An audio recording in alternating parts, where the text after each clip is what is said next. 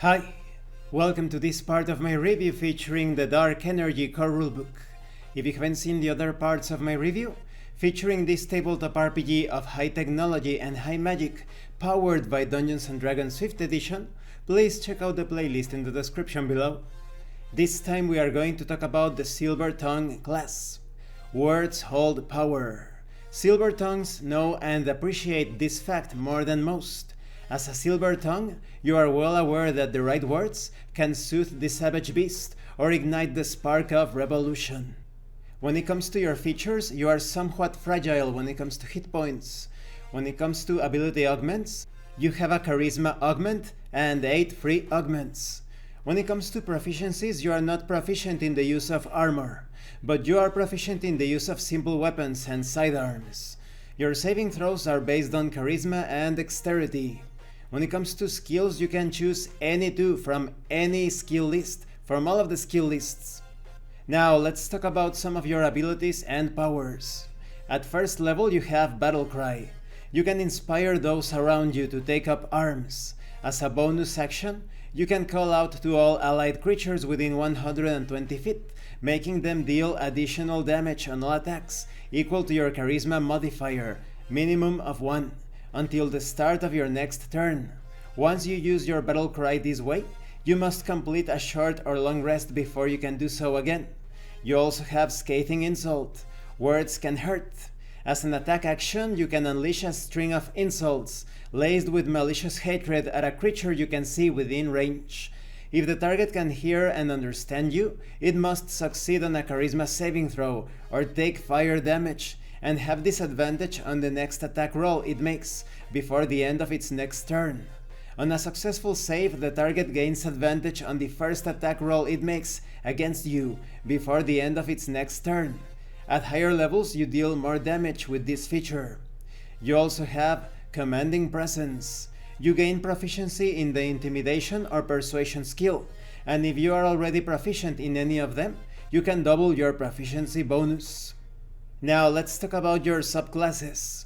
You have the Politician, extremely charming individuals who excel at convincing others to support them and leading their supporters to victory, even if they aren't actually doing much work. You have the feature of Protection Services. At 5th level, you gain 1 henchman that acts as your personal bodyguard. You gain an additional henchman at 10th, 15th, and 20th level. You also have Leadership. At 15th level, you can spend 10 minutes inspiring your companions, shoring up their resolve to fight. When you do so, choose up to 6 friendly creatures, which can include yourself, within 30 feet of you, that can see and hear you, and that can understand your language. Each creature can gain temporary hit points equal to your level, plus charisma modifier. A creature can't gain temporary hit points from this feature again until it has finished a short or long rest. Then we have the Mentalist. A Mentalist is extremely well versed in human nature and is adept at predicting people and how they think, and if they cannot predict, they use their psionic powers to force their will onto others. You can use psionic powers using your charisma modifier for that. You also have the feature of Observant. At 3rd level, you are quick to notice details of your environment. You gain the following benefits. If you can see a creature's mouth while it is speaking a language you understand, you can interpret what it's saying by reading its lips. Being in a lightly obscured area doesn't impose disadvantage on your wisdom perception checks if you can both see and hear.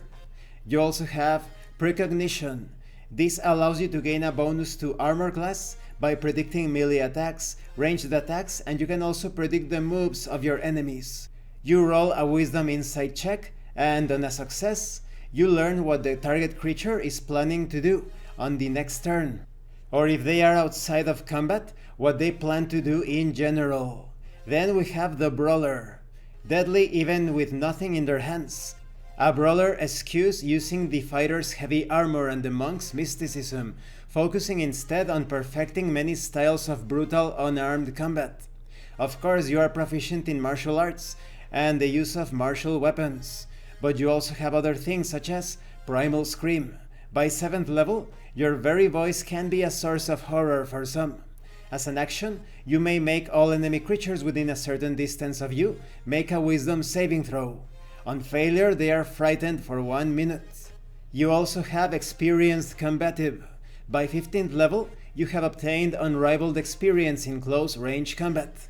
Whenever you are hit with a melee attack, you may use your reaction to reduce the damage by 2d8 plus your strength and constitution modifier. And this concludes this part of the review. In the next part we are going to talk about the Templar. When it comes to the Silvertongue class, I think this class is very challenging. You need to pay careful attention to those particular instances when you are going to be extremely useful. And you also have to depend or rely a lot on your understanding of the subclasses with your core abilities. For example, you have a core ability that allows you to distract the enemies, annoying them with your insults and your voice, making you the target of their attacks. But the Silvertongue is quite fragile. Unless you have the Brawler archetype, that ability is going to be quite useless most of the time. Thank you for watching this part of the review. Don't forget to leave a like, a comment and subscribe. And thank you so much to those of you that are going the extra mile to support the channel. If anyone else wishes to further support the channel through PayPal or DarkEnergy, the information will be in the description and in the pinned comment. This has been Abraham El Jaguar, a professional game master. I am currently unavailable for professional sessions, but I will put my contact information in the description and in the pinned comment for when I am available again. And remember, in tabletop RPGs, you are not telling stories about your characters. You are experiencing the game world as your characters. Once again, thank you and see you later.